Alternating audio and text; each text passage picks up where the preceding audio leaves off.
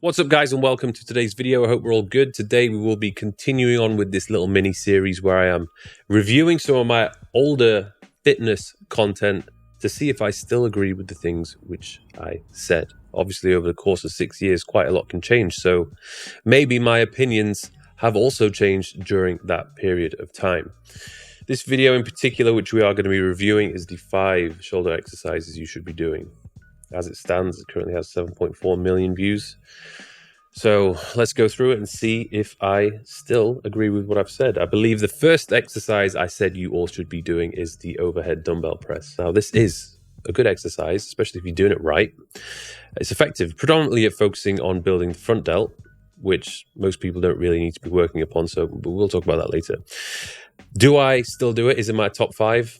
No, it's been demoted. The reason behind that is just the sheer amount of times I've injured myself trying to get the dumbbells into position at the start of the set. And because you're kind of starting off in this really awkward position where everything is like excessively stretched out and not in a natural, safe position to be pressing at, I end up spazzing something in my trap or around the shoulder joint, and it's not good, put it that way. So as I have gotten a little bit older now, more conscious about staying injury-free, I actually do my pressing movements in a much safer starting position. So either I would use a machine or I would use a bar in a cage where the bar is resting on the support barriers. Okay, I find that if I just transition into a neutral grip, not only does it feel more comfortable, but I actually get a little bit more range of motion, because as the elbow can go a little bit lower, when you're in this position, the elbow can't go that low. You're kind of restricted. This is the bottom portion of the movement. But as you bring the elbow closer, you can bring it further down. Okay, so you get more of a stretch. So you can go through a greater range of motion, and it's also more comfortable for me. The next exercise, which I've recommended everyone should be doing, is the dumbbell lateral raise. Obviously, the focus of this exercise would be primarily to focus on building up the mid delt, which is the middle section of your shoulder. Is it in my top 5? No, it's been demoted as well. Reason behind that is just because there's so much of the range which isn't really being challenged. The resistance at the first third or even first half of the movement is minimal, so the length and portion of the delt is not really being worked. So I would suggest replacing that with the machine. And I'm not talking about the machine lateral raise where you're bending the elbows and lifting your arms up and down like a chicken.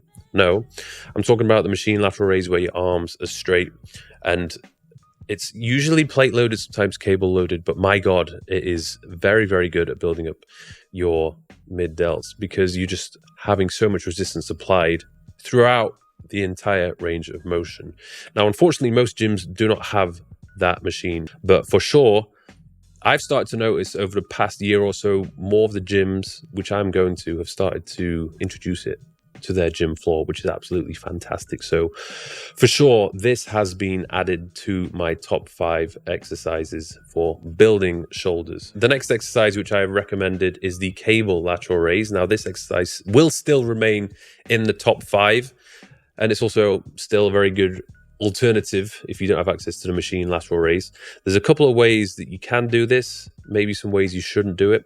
So let's say, for example, if you're doing a standing cable lateral raise, a bit like when you're doing a cable crossover for the chest, there's a lot more room for cheating whenever you stand upright. Other muscle groups take over just to help you lift that weight up, and then you almost tend to kind of lean back a little bit and point your thumbs up to move the tension away from the mid delt to your front delt, which is relatively stronger, and just make it easier for yourself. So to remove that potential element for cheating, I'd always recommend lying down or maybe sitting down. So the lying down variation, the bench on a slight incline, the attachment's pretty low down. The room for cheating is a lot less. And also you could do the Y raise variation where you're sitting upright on a close cable attachment and just kind of bringing your hands out to the side. Both very good exercises, and I would really recommend taking away the handles and just using cuffs instead. So you put the cuffs around your wrist, and just that little tweak where you no longer have to kind of squeeze a handle. You notice that there's a lot less engagement in the forearm, maybe even the bicep as well, and you just have more tension placed on the mid delt itself. So that stays in there. Congratulations, but just make sure that when you're doing the cable lateral raise, just do it as optimally as you can do. The next exercise which I've recommended is the rear delt dumbbell fly. Again, this is a decent exercise. Certainly no longer has a position in my top 5. Similar reasons for the dumbbell lateral raise. It's just not that effective, particularly because there's minimal resistance placed at the starting third of the movement. So the muscle isn't really being trained a huge amount in the lengthened position. So I would change this for a rear delt cable fly. So you can do it seated or standing, ideally seated in front of a cable crossover station. And I think I would more than likely now do it one arm at a time. It's obviously going to take longer. The fact that you probably are going to have to do higher reps means it's going to take even longer just to do this exercise. But when you do it one arm at a time, it just gives you that focus required to really ensure that your form is on point and you can really isolate the rear delt. And the last one, the reverse pec deck machine, I would still keep this in for sure, because you're getting a great amount of resistance from the very start of the movement throughout the range of motion which you're going through. If you don't have access to this particular machine, you could just do the same thing with cables. It's very similar. Only issue with the cables is you don't have that chest support, but you could try and do it with a bench in front of the cables. So they would be my top 5. Now, I would still agree with the approach of having 2 rear delt focused, 2 mid delt focused, and maybe 1 front delt focused to have that, balanced out, proportioned shoulder. The majority of people, even those that are lifting and have been lifting for a while, if you put them side on and get them to look in the mirror, you'll just notice their front delt is a lot more developed than the rear and mid delt. So they should be doing the majority of their shoulder training focusing upon those areas. So even if it means starting off a shoulder day with some rear delts or mid delts, that's probably going to be a good course of action.